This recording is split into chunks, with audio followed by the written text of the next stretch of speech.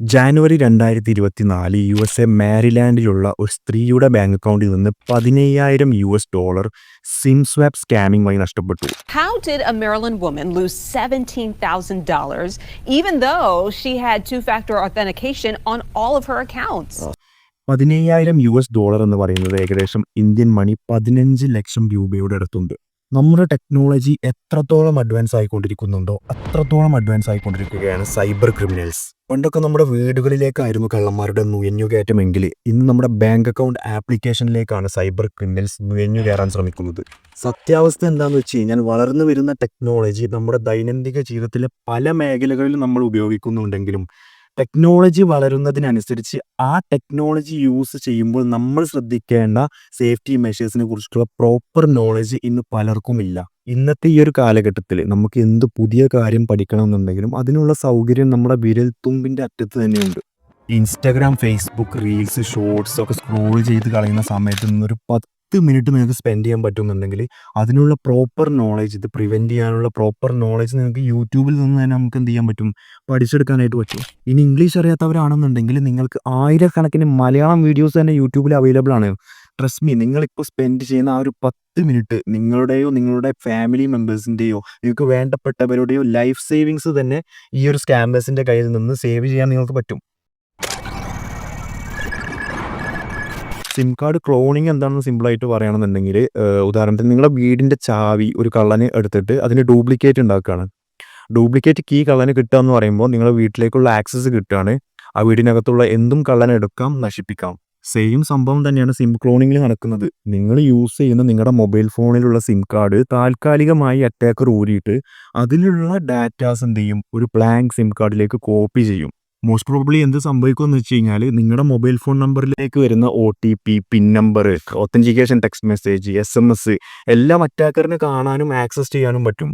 നമ്മുടെ സിം കാർഡിലേക്ക് ഒരാൾക്ക് ആക്സസ് കിട്ടുക എന്ന് പറയുമ്പം നമ്മുടെ മൊത്തം ഇൻഫോർമേഷനിലേക്കും അക്കൗണ്ടിലേക്കുള്ളൊരു കീ അവർക്ക് കിട്ടുക എന്നുള്ളതാണ്. ഇതുവഴി അവർക്ക് ബാങ്ക് അക്കൗണ്ട് ട്രാൻസാക്ഷൻ നടത്താം, OTP റിക്വസ്റ്റ് ചെയ്യാം, പാസ്വേഡ്, പിൻ നമ്പർ റീസെറ്റ് ചെയ്യാം, അങ്ങനെ പല കാര്യങ്ങളും ചെയ്യാം. ഇതിൻ്റെ ടെക്നിക്കൽ സൈഡ് ഓപ്പറേഷൻ എങ്ങനെയാണെന്ന് വെച്ച് കഴിഞ്ഞാൽ കൂടുതൽ കേസിലും അറ്റാക്കർ നമ്മുടെ ഫോണ് താൽക്കാലികമായി എടുത്തിട്ട് അതിലുള്ള സിം കാർഡ് റിമൂവ് ചെയ്യും. എന്നിട്ട് ഈ റിമൂവ് ചെയ്ത സിം കാർഡ് എന്ത് ചെയ്യും, അവരൊരു USB സിം കാർഡ് റീഡർ വെച്ചിട്ട് അതിലുള്ള ഡാറ്റ എന്ത് ചെയ്യും, അവർ റീഡ് ചെയ്തിട്ട് ഒരു ബ്ലാങ്ക് സിം കാർഡ് പർച്ചേസ് ചെയ്തിട്ട് അതിലേക്ക് എന്ത് ചെയ്യും, ഈ റീഡ് ചെയ്തിട്ടുള്ള ഡാറ്റ റൈറ്റ് ചെയ്യും. ഇപ്പോഴുള്ള മോഡേൺ സിം കാർഡുകളിലൊക്കെ ഹൈ സെക്യൂരിറ്റി ഫീച്ചേഴ്സ് ഇൻറ്റിഗ്രേറ്റ് ചെയ്തുകൊണ്ട് ഇത് അത്രയ്ക്ക് സിമ്പിളായിട്ടുള്ളൊരു പ്രൊസീജിയർ അല്ല. ബട്ട് നമുക്ക് ഒരു ടെക്നോളജി 100% സെക്യൂർ ആണെന്ന് നമുക്ക് പറയാൻ പറ്റില്ല. ഒരു ചെറിയ ലൂപ്പ് ഹോൾ ഉണ്ടെങ്കിൽ പോലും നമുക്ക് എന്ത് ചെയ്യാൻ പറ്റും, ആ ഒരു സെക്യൂരിറ്റി ഫീച്ചേഴ്സ് നമുക്ക് എന്ത് ചെയ്യാം, ടീച്ച് ചെയ്യാൻ പറ്റും. പിന്നെ ഈ പറയുന്ന USB SIM card reader, blank programmable SIM കാർഡൊക്കെ നമുക്ക് കുറഞ്ഞ റേറ്റിന് എന്ത് ചെയ്യാൻ പറ്റും, ഓൺലൈനിൽ നിന്ന് ഓർഡർ ചെയ്ത് വരുത്താൻ പറ്റും. ഒരു സിം കാർഡ് ക്ലോൺ ചെയ്യാനായിട്ട് മെയിൻലി 2 ഡാറ്റയാണ് ആവശ്യമായിട്ടുള്ളത്. ഒന്നാമത് IMSI നമ്പറാണ്. IMSI നമ്പർ എന്ന് പറഞ്ഞു കഴിഞ്ഞാൽ ഇൻ്റർനാഷണൽ മൊബൈൽ സബ്സ്ക്രൈബർ ഐഡൻറ്റിറ്റി എന്നാണ്. സിമ്പിളായിട്ട് പറയുകയാണെന്നുണ്ടെങ്കിൽ IMSI നമ്പർ എന്ന് പറയുന്ന ഒരു 15 അക്ക നമ്പറാണ്. ഓരോ സിം കാർഡിനും ഓരോ IMSI നമ്പർ ആയിരിക്കും. ഒരിക്കലും ഒരു സിം കാർഡ് യൂസ് ചെയ്തിട്ടുള്ള IMSI നമ്പർ വേറൊരു സിം കാർഡിൽ ഉണ്ടാവുന്നതല്ല. IMSI നമ്പറൊക്കെ നമുക്ക് സിമ്പിളായിട്ട് പ്ലേ സ്റ്റോറിൽ നിന്ന് ഡൗൺലോഡ് ചെയ്യുന്ന ഒരു സിം കാർഡ് ആപ്ലിക്കേഷൻ വെച്ച് എടുക്കാനായിട്ട് പറ്റും. IMSI നമ്പർ കിട്ടിക്കഴിഞ്ഞാൽ പിന്നെ നമുക്ക് ആവശ്യം KI നമ്പറാണ്. KI നമ്പർ എന്ന് പറയുന്നത് ഒരു സീക്രട്ട് ഓത്തൻറ്റിക്കേഷൻ കീ നമ്പറാണ്. IMSI നമ്പർ എടുക്കുന്ന പോലെ അത്രയ്ക്ക് എളുപ്പമല്ല നമുക്ക് KI നമ്പർ എടുക്കാൻ. ഈ ഒരു KI നമ്പർ നമ്മുടെ സിം കാർഡിൽ നിന്ന് എക്സ്ട്രാക്ട് ചെയ്യാനുള്ള സോഫ്റ്റ്വെയർസ് ഉണ്ട്. മേജിക് സിം, എക്സിം എന്ന് പറഞ്ഞിട്ടുള്ള ഒരുപാട് സോഫ്റ്റ്വെയർസ് ഉണ്ട്. പണ്ടൊക്കെ യൂസ് ചെയ്തിരുന്ന GSM സിം കാർഡിൽ നിന്ന് നമുക്ക് ഈ ഒരു കീ നമ്പറൊക്കെ പെട്ടെന്ന് എടുക്കാൻ പറ്റുമായിരുന്നു. കാരണം കൂടുതൽ സിം കാർഡും വൾണറബിൾ ആയിരുന്നു ഈ ഒരു അറ്റാക്കിന്. പക്ഷേ ഇപ്പോൾ വരുന്ന മോഡേൺ സിം കാർഡിലൊക്കെ ഹൈ സെക്യൂർഡ് ആയിട്ടുള്ള ടെക്നോളജിയാണ് യൂസ് ചെയ്തിട്ടുള്ളത്. പക്ഷേ ഞാൻ നേരത്തെ പറഞ്ഞ പോലെ തന്നെ ടെക്നോളജി സെക്യൂരിറ്റി എത്രത്തോളം വളരുന്നോ അതിനൊപ്പം എന്ത് ചെയ്യുന്നുണ്ട്, സൈബർ ക്രിമിനൽസ് കൂടി വളരുന്നുണ്ട്.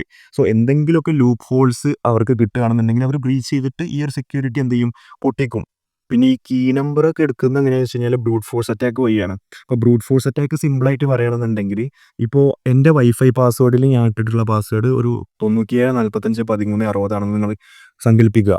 അപ്പോൾ ഈ ഒരു 97 45 13 60 എന്ന് ഒരു അറ്റാക്കറിന് കിട്ടണമെന്നുണ്ടെങ്കിൽ അയാൾ എത്രത്തോളം പോസിബിലിറ്റീസ് അവിടെ യൂസ് ചെയ്യണം, 0 0 1 011 അങ്ങനെ പോയിട്ട് ആ ഒരു 97 45 13 60 എന്നുള്ള ആ ഒരു പാസ്വേഡ് ബ്രേക്ക് ചെയ്യുന്നവരെ എന്ത് ചെയ്യണം, പല നമ്പറിലുള്ള കോമ്പിനേഷൻസ് അവിടെ യൂസ് ചെയ്തിട്ട് എന്ത് ചെയ്യണം, അറ്റാക്കർ ഈ ഒരു പാസ്വേഡ് ബ്രൂട്ട് ഫോഴ്സ് ചെയ്തിട്ട് എടുക്കണം. അപ്പോൾ നിങ്ങൾ ചോദിക്കും ഈ ഒരു പ്രോസസ്സിന് കുറേ ടൈം എടുക്കില്ലേ, ദിവസങ്ങൾ എടുക്കില്ലേ? പക്ഷേ ഒട്ടുമിക്ക സോഫ്റ്റ്വെയർസിലും ഇത് ലക്ഷക്കണക്കിന് പാസ്വേഡ് അറ്റ് എ സെക്കൻഡ് എന്ത് ചെയ്യും, ഇവർ വാലിഡേറ്റ് ചെയ്യും.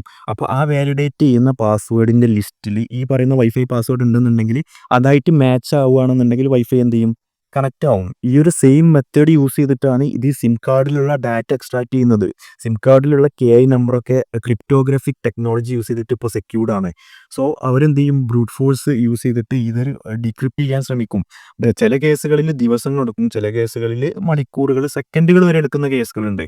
അപ്പോൾ ഇത് കംപ്ലീറ്റ്ലി ഡിപ്പെൻഡ്സ് അപ്പോൾ നമ്മളെ കൊടുത്തിരിക്കുന്ന പാസ്വേഡ്, അതിൻ്റെ ക്രിപ്റ്റോഗ്രാഫിക്ക് ഡീക്രിപ്റ്റ് ചെയ്യാനുള്ള സെക്യൂരിറ്റിയൊക്കെ ഡിപ്പെൻഡ് ചെയ്തിട്ടിരിക്കും. ഇപ്പോൾ ഉദാഹരണത്തിന് പറയുകയാണെന്നുണ്ടെങ്കിൽ എൻ്റെ വൈഫൈയുടെ പാസ്വേഡ് 1234 ആണെന്നുണ്ടെങ്കിൽ അത് പെട്ടെന്ന് നമുക്ക് എന്ത് ചെയ്യാം, ബ്രൂട്ട് ഫോഴ്സ് അറ്റാക്ക് വെച്ചിട്ട് പൊട്ടിച്ചെടുക്കാൻ പറ്റും. നേരെ മറിച്ച് എൻ്റെ പേരിൻ്റെ കൂടെ കുറേ ഡോട്ട്, ഹാഷ് ഇതൊക്കെ യൂസ് ചെയ്യുകയാണെന്നുണ്ടെങ്കിൽ ആ സ്പെഷ്യൽ ക്യാരക്ടേഴ്സ് എന്ത് ചെയ്യാം, ബ്രൂട്ട് ഫോഴ്സ് അറ്റാക്കിൽ മാച്ച് ചെയ്യാൻ ഒരുപാട് ടൈം എടുക്കും. അതുകൊണ്ട് തന്നെയാണ് നമ്മളൊരു പുതിയ ഗൂഗിൾ അക്കൗണ്ടൊക്കെ ഉണ്ടാക്കുമ്പോൾ അതിൽ പാസ്വേഡൊക്കെ നമ്മൾ കൊടുക്കാൻ പറയുമ്പോൾ സ്പെഷ്യൽ ക്യാരക്ടേഴ്സ് യൂസ് ചെയ്യാൻ പറയുന്നത്, ഡിഫറെൻറ്റ് കോമ്പിനേഷൻ നമ്പേഴ്സ് യൂസ് ചെയ്യാൻ പറയുന്നത്. അപ്പോൾ ഇത്രയും നമ്പേഴ്സും സ്പെഷ്യൽ ക്യാരക്ടേഴ്സും യൂസ് ചെയ്യുന്ന സമയത്ത് എന്ത് ചെയ്യും, ഇത് ബ്രീച്ച് ചെയ്യാനോ അതുപോലെ തന്നെ ബ്രൂട്ട് ഫോഴ്സ് അറ്റാക്ക് ചെയ്യാനും വളരെയധികം ടൈം എടുക്കും. ചില കേസുകളിൽ നിയർലി ഇമ്പോസിബിൾ ആയിരിക്കും, കാരണം ഒരുപാട് ദിവസങ്ങൾ എടുക്കുന്ന ഒരു കേസായിരിക്കും. ഒട്ടുമിക്ക കേസുകളിലും അറ്റാക്കേഴ്സ് എന്ത് ചെയ്യും, ഷട്ട് ഡൗൺ ചെയ്തിട്ട് പോകും. പിന്നെ ഇതുപോലുള്ള സിം ക്ലോണിങ് അറ്റാക്സ് പ്രിവെൻറ്റ് ചെയ്യാൻ വേണ്ടിയിട്ട് നമ്മൾ യൂസ് ചെയ്യുന്ന നമ്മുടെ പേഴ്സണൽ ഫോൺ ഒരിക്കലും മറ്റൊരാളായിട്ട് ഷെയർ ചെയ്യാതിരിക്കുക.